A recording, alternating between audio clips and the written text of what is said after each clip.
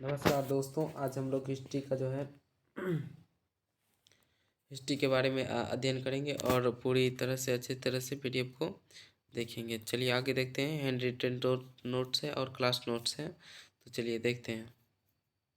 ठीक है, तो कहता है इतिहास। इतिहास का स्रोत जो होता है हमें तीन प्रकार से मिलता है, जैसे कि साहित्यिक स्रोत एवं प्राकृतिक स्रोत एवं विदेशी विवरण, यानी कि दूसरे देशों के द्वारा हमारे बारे में बताया जाता है।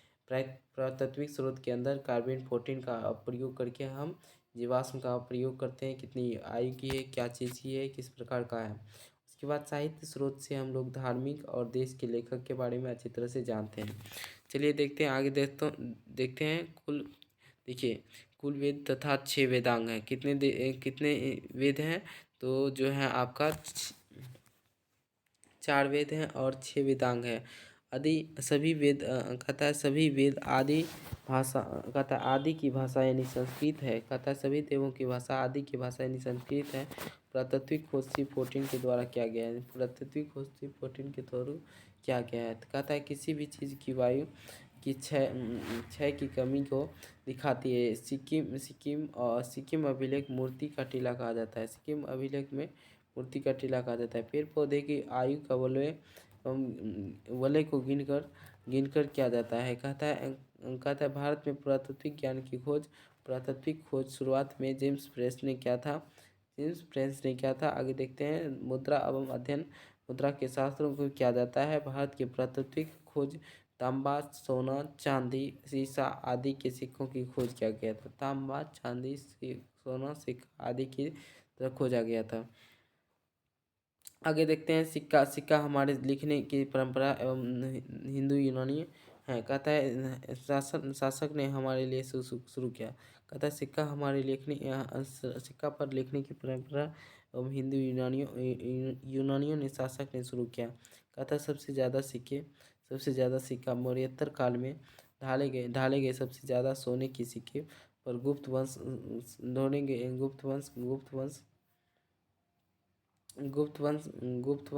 ने किया था और गुप्त वंश ने शुरू किया था।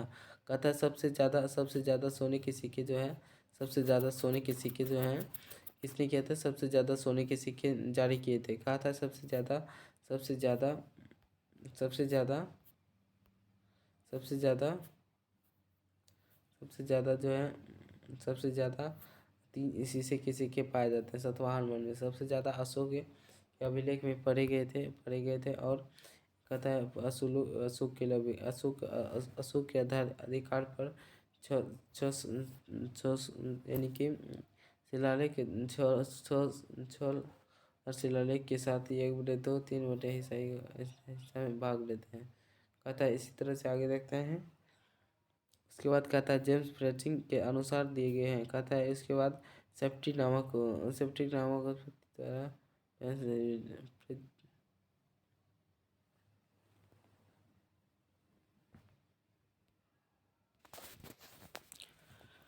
राजतरंगिणी कल्याण कश्मीर के इतिहास में कहा जाता है पृथ्वीराज चौहान जो है 700 एवं चंदाकुनी देवी से हर्षचरित जो है बाणभट्ट के द्वारा लिखा गया है। मुद्रा राक्षस जो है विशाखा दत्त के द्वारा लिखा गया है। अष्टाध्यायी जो है पाणिनि के द्वारा लिखा गया है। इंडिका जो है मेगास्थनीज के द्वारा लिखा गया है। इंडिका जो है बुक नामक मेगास्थनीज के द्वारा लिखा गया। सबसे पहले जो आए थे हमारे भारत में कौन आए थे? तो दोस्तों इंडिका आए थे। कौन आए थे? तो इंडिका आए थे। महाभाष्य कौन लिखा है? तो पतंजलि लिखा है। महाभाष्य कौन लिखा है? तो पतंजलि लिखा है। पद्मावत जो है लिखा है मलिक मोहम्मद जाइल ने, कहता है जाइस ने लिखा है। आगे देखते हैं दोस्तों।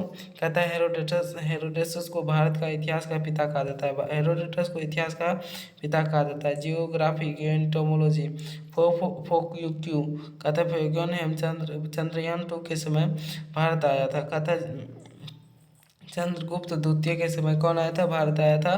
फोक्यू यानी फाहियान। कहता है सुयू क्यू चेंगयान हेंसयांग हर्षवर्धन के समय आया था।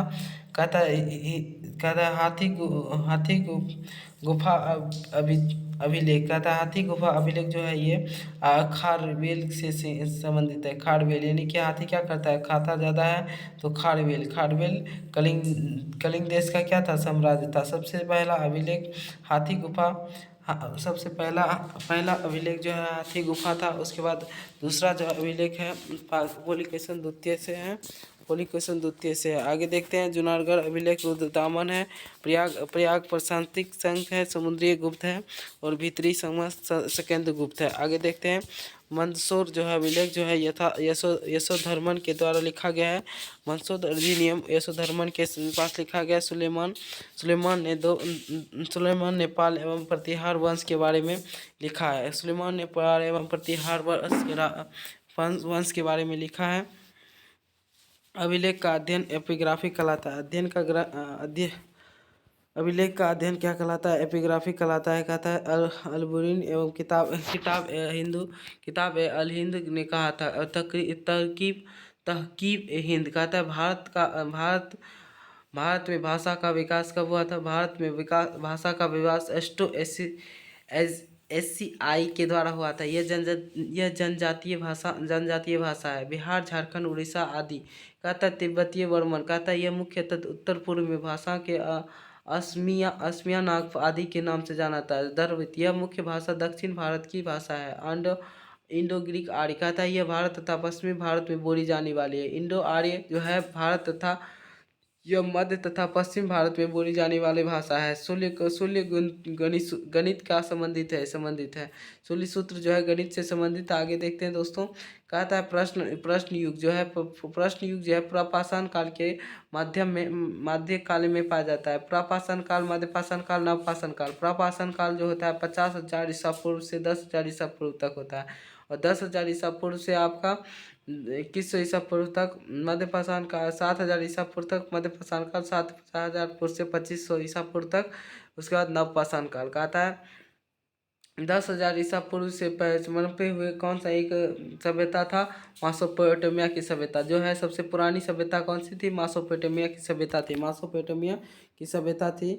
मेसोपोटामिया की सभ्यता जी तो आपका सबसे पुरानी थी। आगे देखते हैं दोस्तों। कहता है